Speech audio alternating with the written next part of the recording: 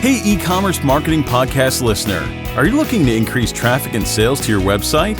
You can do this by launching your own referral program. Just visit getosi.com and sign up for a free trial today. That's getosi.com. Now get ready to hear from your e-commerce marketing expert of the week as they drill down to give you details on marketing strategies that can help grow your business. Is your website slow? Has your e-commerce business outgrown your current hosting provider? If it's a yes for either of these questions, it's time to move over to Cloudways, a managed cloud hosting provider that is built for growing e-commerce businesses, delivering unmatched performance, reliability, and choice with 24/7 support that acts as your extended team. Cloudways, a managed cloud hosting platform, is all about simplicity, freedom, and transparent pricing. Starting from the choice of 5 cloud providers, Cloudways supports all major e-commerce platforms, including WooCommerce and Magento. Along with 24/7 expert support, Cloudways offers performance-oriented features such as managed backups, free SSL certificates, dedicated firewalls, built-in advanced caches, and PHP 7-ready servers. Go to cloudways.com and use the promo code Arlen, that's ARLEN, to sign up for a new Cloudways account and get a free $25 hosting credit. Welcome back to the E-Commerce Marketing Podcast, everyone. I am your host, Arlen Robinson, and today we have a very special guest, Linh Podetti, who grew up in Vietnam and migrated to Australia with her family at the age of 9 and became a single mom at the age of 20. Determined to create a brighter future for her son, Linh started her first e-commerce business in 2009, which she built from scratch through outsourcing. This is where she found her true passion and a gap in the marketplace. Linh then sold her e-commerce business and leveraged her outsourcing expertise to start a successful marketing agency and video animation business. And then in 2015, she launched Outsourcing Angel, a social enterprise and offshore recruitment company. Outsourcing Angel is now $1 million business with over 70 virtual assistants all over the world. And not only does the company allow business owners to free up their time, it allows everyone to contribute to a greater cause, because company profits from Outsourcing Angel are used to fund charity initiatives such as feeding programs and clean water projects to help poverty-stricken communities in the Philippines. Linh is now a mother of 3 kids, running 3 businesses from home, and continues to inspire others through speaker events, podcasts, and social media. Welcome to the podcast, Linh. Thank you, Arlen. Great to be here. Yes, it is awesome to talk to you today. You're logged in, of course, from Australia, and super excited to really get into the topic of today. As we mentioned, you're basically, your bread and butter these days is outsourcing and providing outsourced virtual assistants to businesses all over the world. And today, of course, our focus is going to be how these virtual assistants can help e-commerce businesses and how it all works. But before we get into all of that, why don't you tell us a little bit more about how you got into what you're doing today, specifically how this all came about. Yeah, so I mean, my first business was an e-commerce store. I was selling nail polish, and I had no idea about business at this point in time, no idea about entrepreneurial things and digital marketing, nothing at all. But it really did help me to learn about it all, because I needed to get a website done, need to get a logo done.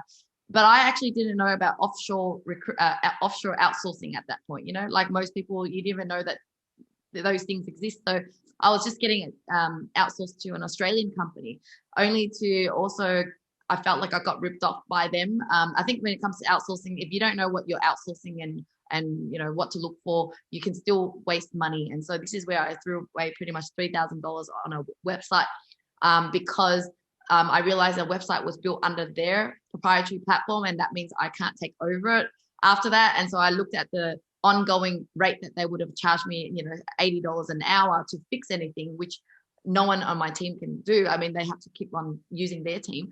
So then I had to throw that away. And with limited funds, I realized that, with e-commerce, it's not just building a website. You need to do SEO, you need to do some AdWords, you need to create more content and stuff. So this is where I knew that with limited funds, I cannot continue to use Australian companies to do.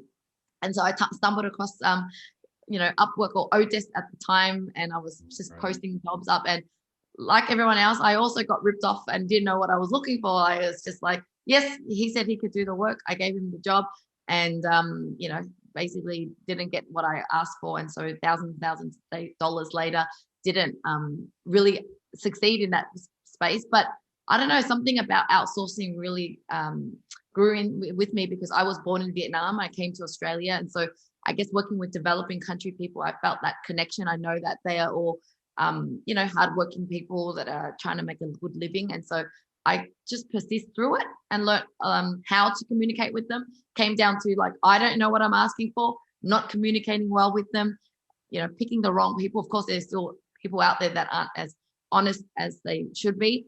But through all that, I've learned later on how to actually find the best people to do the best things. And it became my agency when I decided, okay, sell the e-commerce store to someone else that loves nail polish more than I do, and do something else. And that something else came from outsourcing, because other business owners that I met along the way had the same challenge. Like, how do I get my business online, and how do I get this done? And they didn't have time for that. So they just paid me to deal with the outsourced workers. Okay, great. Thank you for sharing that. And it's always awesome to hear stories of founders that birth a company out of their own need. I've talked to so many founders on the podcast, and just in life in general, and they've created a product or a service, and it truly has come from your need. And like you said, you were dealing with some outsourced developers that didn't quite work out. You didn't have the best experience, and you thought about, all right, how can I make this better? How can I improve this, not only for myself, but for others that are probably going through the same scenario? So that's awesome. I love to hear stories like that, because it really shows that, you have a passion for what you do. Because you had that need, and I'm sure of course you still have the need. I know you're running like 2 other businesses as well, and of course I know you're using virtual assistants for those businesses as well. So you're really in it, and you're able to see what the actual needs are of other business owners. So that's awesome, and that's really good to hear as well. Now, I think for an e-commerce business that, as everyone knows, anybody that has a business, especially e-commerce, there's a ton of things that you have to do, from the marketing, from web development, from sales, product fulfillment, you name it, the list goes on and on.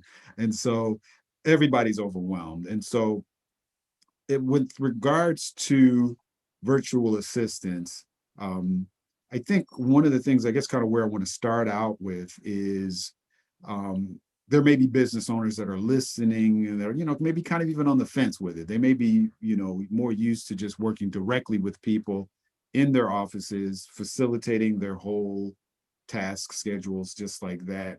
And so they're wondering, is there really, what are some challenges that I can that are going to come up with regards to virtual assistants? What are some things? So I think at the end of the day, you need to treat when we think of a virtual assistant, first of all, the myth is that they can only do admin work.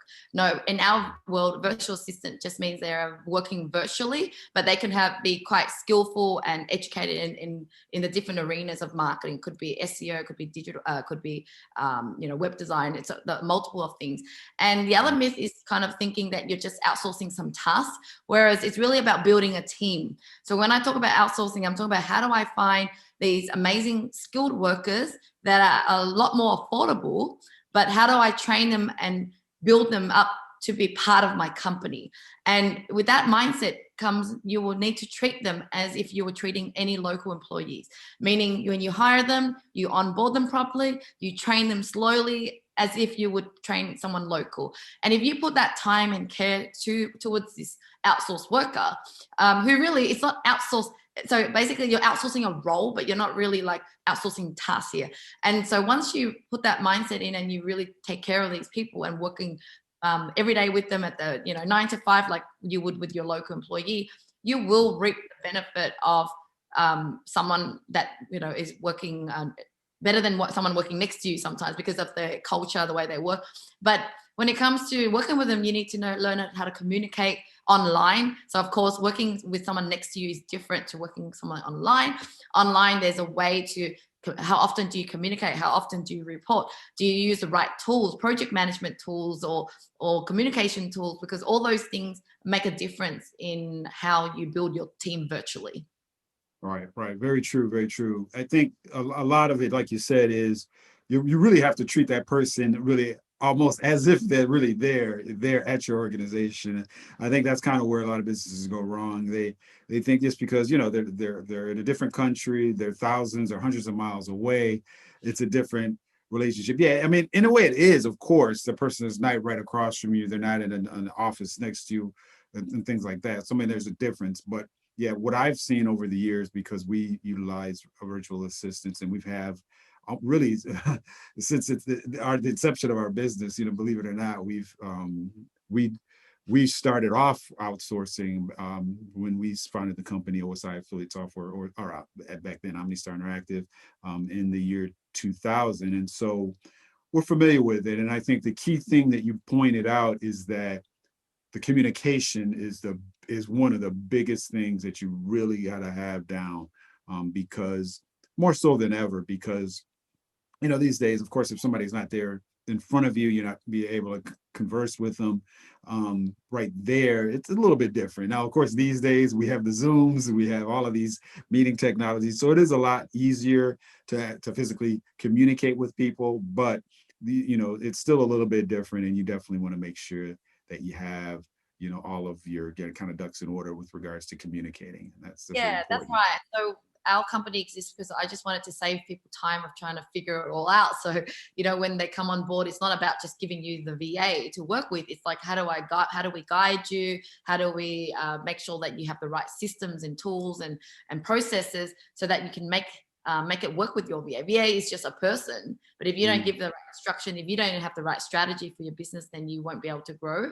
So we provide all that, and even just how to keep your VA engaged with you too. Because if you're busy as a business owner, constantly out on the road and not there to provide that love and connection for your VA, then they won't be productive or motivated. And so we try to do all that as well as part of what we do. Yeah.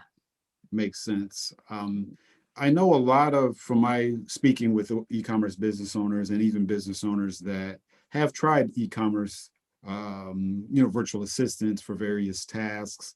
I know one of the things that can be challenging, if we kind of pull this into the whole marketing arena, there's, as you already know, with e-commerce, there's a lot of things that fall under, marketing tasks. And I think one of the challenges, and I want to kind of get your opinion on how to overcome these, is when you were, let's say, initially bringing on one particular virtual assistant, how do you know how much to handhold versus when to just let them go and kind of take responsibility for things on their own? Or is there a general rule of thumb for that? Yeah, so I think at the beginning, of course, you onboard them properly with, guiding them to make sure they understand your vision, your mission, what the hell you're doing in your business and your goals, and helping them understand how their position fits in with the organization. But you also then set expectations and how you like to be receiving your reports. What are your working style? How do you want them to, like you might say, look, I'm the type that's really approachable and I want you to ask me questions anytime you have. I'm also the type that so if you have your own way of that your own expectation, then it's good to set it out as well.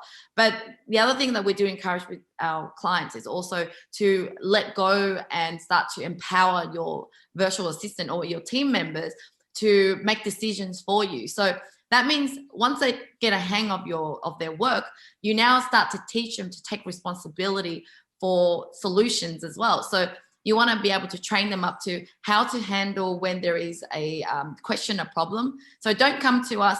We call this the no naked question, meaning don't come to us with just the problem. Go here. Oh, this is the problem. It's always come with a solution and suggest to us what the solution is. And you as a leader should always be patient enough to go, okay, how did you come up with that solution? What do you think is the best solution? And letting them make those decisions and training them. Once they start to make some correct decisions, you're going to also feel the confidence to letting them go, next time you just go with it. And, I trust your decision, right? So it comes to that. It's not just, this is with the VA, this is about team here. So I've come across business owners who have teams, but they're still bottlenecked in their business because they are making all the decisions for their staff. Their staff are coming through them and asking for approval for everything. And hence, this is training just in terms of team, not just remote teams. Yeah. Right. Gotcha. And I really love what you said as far as empowering them to try to come up with solutions. So instead of saying, if there's a particular problem, don't just come to me with a problem. Think about it on your own, figure out a solution, no matter if you think it's, the best solution or not. Just think of a solution and, provide us the details of how we would implement that, and then, leave it to us, the business owners, to decide if that's the best route. I love that because that really, it empowers people to feel comfortable to try to solve things. And like you said, over time, they will, as they, kind of go through the ropes, they get a little more comfortable with your processes. They will, soon the solutions they come up with will be, right on point with what you're thinking about.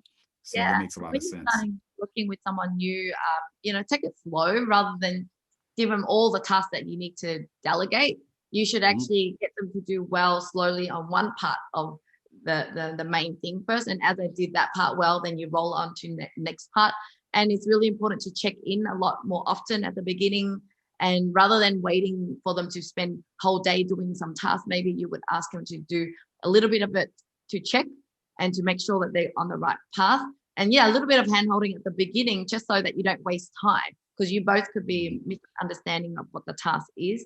And I would also recommend, don't think that you're saving time by just emailing the task. It's about even creating Loom video, like a screencast video, and training your staff, because sometimes they could waste time by sending an email with a long essay of instruction, which can be misinterpreted. Even someone local will misinterpret.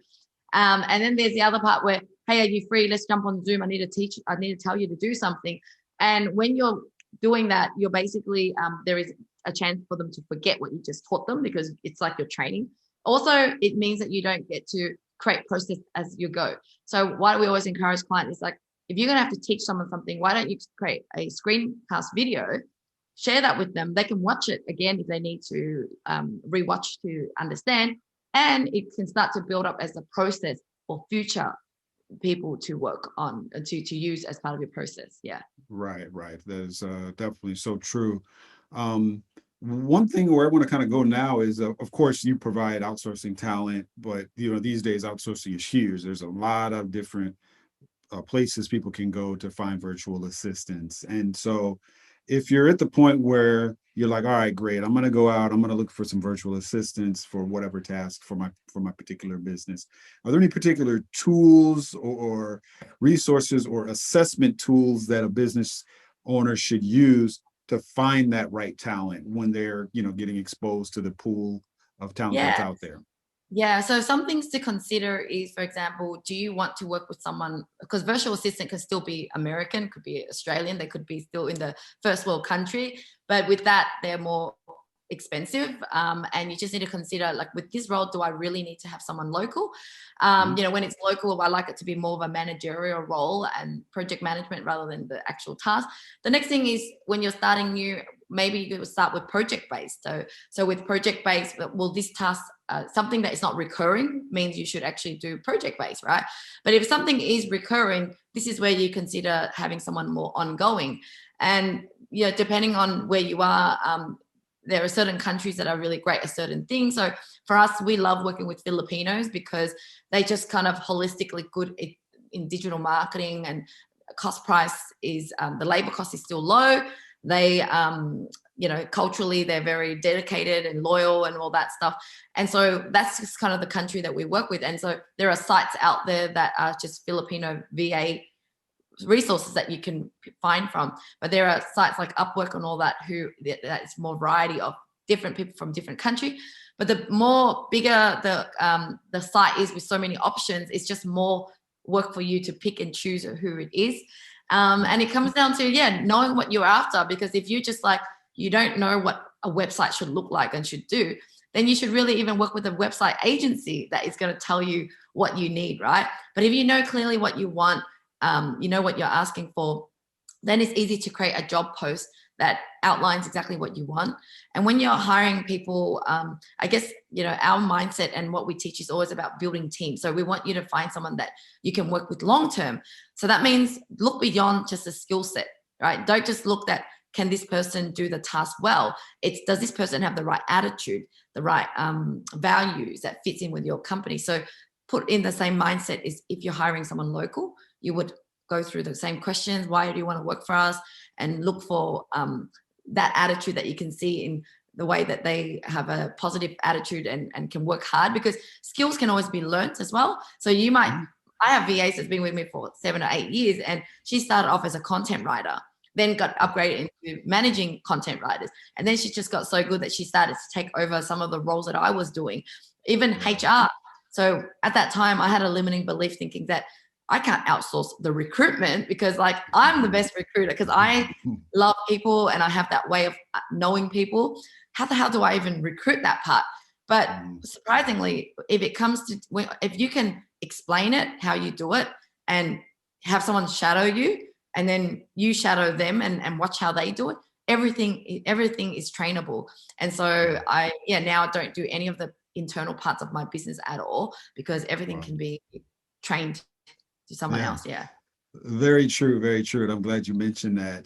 There's really nothing that can't be outsourced these days. I mean, there's no really task. And I understand what you're saying. You were hesitant to, outsource the recruitment because you feel, okay, you know your business the best, you know what talent to look for, you're the best to do that. But everything that can definitely be trained. You can train somebody up with what it is that you're looking for, and so they're have the same mindset. And I know the other key thing here is to make sure no matter what role you're training up is to have clear, concise, standard operating procedures, which is key when you're dealing with virtual assistants. So sometimes we use the word outsource, we feel as if we're throwing it to someone external, but really it's delegating these tasks to someone that could actually be working with you 9 to 5, like an employee.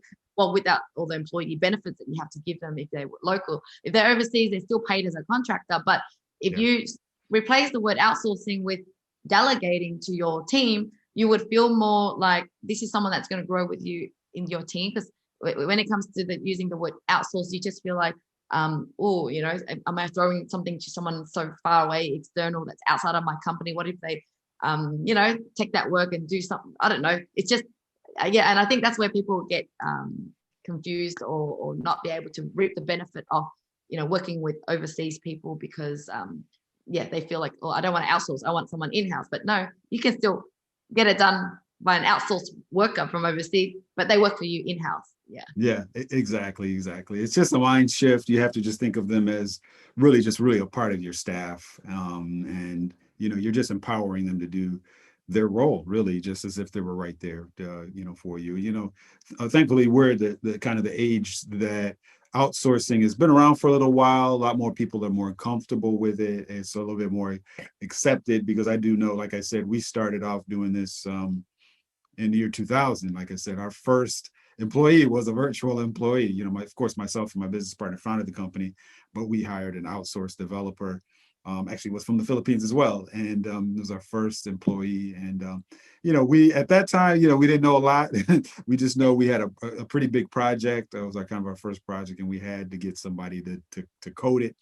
And we learned a lot of lessons, but, these days it's a lot different. There's a lot more resources available, a lot more communication tools for sure available. So I'd say, we're at kind of that ripe point in time where, it's definitely, on the business owner's side to kind of take advantage of all of these things, and companies like yourself, that provide, such a great platform to connect businesses with virtual assistants. So that's awesome.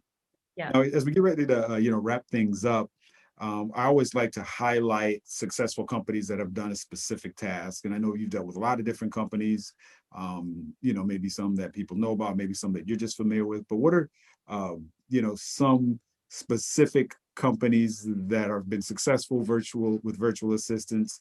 And what are some key things that they've done to really be successful with them that you can highlight? Yeah. So the beauty is that we be able to service clients from all sorts of industry, whether they're an e-commerce business or they are a IT company or they're a finance company, because what we specialize is in providing you the marketing and admin stuff. So every company has that department.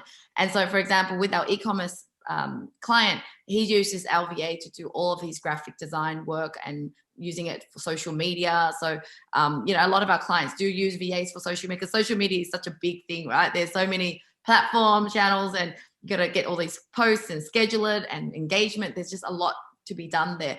But I mean, we have vast variety of clients that use them in-house for more admin work. So imagine your local staff having their own assistant now, right? So even being able to share an assistant to manage all your calendars, multiple people's calendars and bookings and data entry into the CRM system. So, there's creative ways to use a VA. You can use it across multiple team members, and you would also have your executive assistant or secretary in your company could have an assistant now, because the best part is that the more you want to offload, the next person in line could actually take that work from you. Now that person also needs help as you overwhelm them with more work. Then it's also about then hiring just more and more VAs that will that can work under them. So a lot of our VAs who starts to who's been with us for a while, I start to get them to do more advanced work. One of my virtual assistants from the Philippines is actually the one that does all of my payments. So she knows my credit cards. She does all the payroll because she's the most trusted person who's been with me. Now, as she gets busy, I would hire another virtual assistant to work under her. So there's, unlimited opportunity to utilize a VA. And, nowadays, automation is great, but automation is becoming too much of a blur. And in order to stand out, you really need to put some personalization. And so having a virtual assistant who are at a more affordable rate is really great for that, because you don't want everything to be robotic and automated. You want a cheaper way to create some personalized experience. And our virtual assistant, whether it's live chats or, admin email, like sending emails to your customers or reaching out to people on LinkedIn, lead generation, but in a more personal way, because, everyone's a little bit different. You want to, sound a little bit different, rather than everything is so automated that it can turn off a lot of people if you just, make it too automated. Right. That is very true. Yeah. There still has to be a human element in a lot of the contact, of course, that you're going to have with your customers and prospective customers. So that part of it, you definitely want to keep in place. One key thing that I want to kind of point out with the virtual assistants is that a lot of business owners are kind of leery as to where do they get started, what tasks can they do versus things that I need to do myself. I mean, I think the best way to really get started that I've seen is just from everybody that you're kind of your core working staff, have them really detail all that they're doing, detail all of their tasks individually that they're doing. And then, just create maybe like a brief spreadsheet and say, okay, could this be outsourced? Couldn't it? And then 9 times out of 10, most things on that list can be outsourced. You could easily train somebody up to do it. And then, just by doing a quick cost analysis of what it would take you to pay a virtual assistant to do these things versus you having somebody in-house that you're probably paying a lot more for, you quickly see the benefit. I think that's a great way to start. And I think if your own local employees get to work more on high level things or strategies, it's going to empower them more as well. And they will feel more supported to have a team of virtual assistants that could support their role. And if they are working on more high impactful work, it will impact your bottom line too. It's going to be able to generate more revenue. So I think it's always about auditing even your own tasks. Just because you've delegated and outsourced these tasks today, in a month's time, what else are you doing that next person can still take on as well? Yeah. So it's constant improvement. Definitely, constantly improving. Well, that's great, Lynn. I definitely have learned a lot today speaking with you, and I know our listeners have as well. As we know here, we're at the beginning of 2021. The sky's the limit as far as outsourcing is concerned. I think this recent pandemic is really just probably exploded it more than it has already been. It's hard to, before all of this, it was, outsourcing was already huge. Now I think at this point it's like, about to take over the world. Really, so many companies are, they've shut down their, physical offices, their, office space, and they're trying to outsource things. And so I think we're really at a point where it is really going to be a part of really almost every country at this point. Yeah, it's becoming the new normal. Yeah. It is. Yeah, very true. Very true. The new normal. So it's been awesome having you. But what I like to always do is close out with a final question, which is more of a kind of switching gears here so our listeners can get to know you a little bit better. Why don't you just, if you don't mind sharing one closing fun fact that you think our audience would be interested in knowing about yourself? Okay, so I'm an aspiring actor. I studied acting last year, and I wanted to get into acting because I really realized that the power is in storytelling and being part of a movie or a documentary that could actually transform your thinking. And so with my love for, because I was doing a lot of YouTube and podcasts, and I got more comfortable on camera, and I'm like, I think I can get to that next stage. So it is a kind of a aspiration and fun thing that I'm trying to get into. So I just launched a Asian woman talk show called Rice and Shine Show. You can check it out on YouTube. And I'm just basically following Oprah's footpath of becoming a show host first, and then maybe being poached into a movie. And that's my dream. That's awesome. Well, thank you for sharing that. I appreciate that. And I'll definitely check out that show. You said Rice and Shine on YouTube? Rice, Asian Rice. Yeah, Rice and Shine Show. Catchy name, definitely catchy name. I'll be sure to check that out, and I hope our listeners will as well. But lastly, before we let you go, if any of our listeners want to reach out to you and pick your brain any more about outsourcing, what is the best way for them to get into contact with you? Yeah, I think the best way is go to linpodetti.com, which is my website. There's multiple business there and different social media links. But my particular outsourcing business is called outsourcingangel.com. So this is where you can learn everything about outsourcing, and there's also a free resource page where you can download any ebooks and checklists that I have in there. So like what can a VA do, for LinkedIn or YouTube, or what's the 100 tasks that a VA can do. It's all there for you to download for free. Okay, great. That's awesome. Well, I'll definitely encourage all of our listeners to check you out on your website, multiple websites there, and see how they can connect and see how outsourcing can be a benefit to them as well. Well, thank you again, Lynn, for joining us today on the E-commerce Marketing Podcast. Yeah, and thank you so much for the opportunity to speak to you and to speak to your audience. No problem. It's been a pleasure. Thank you for listening to the E-commerce Marketing Podcast. If you've enjoyed this episode of the E-commerce Marketing Podcast, be sure to rate, review, subscribe, and share it with everyone you know.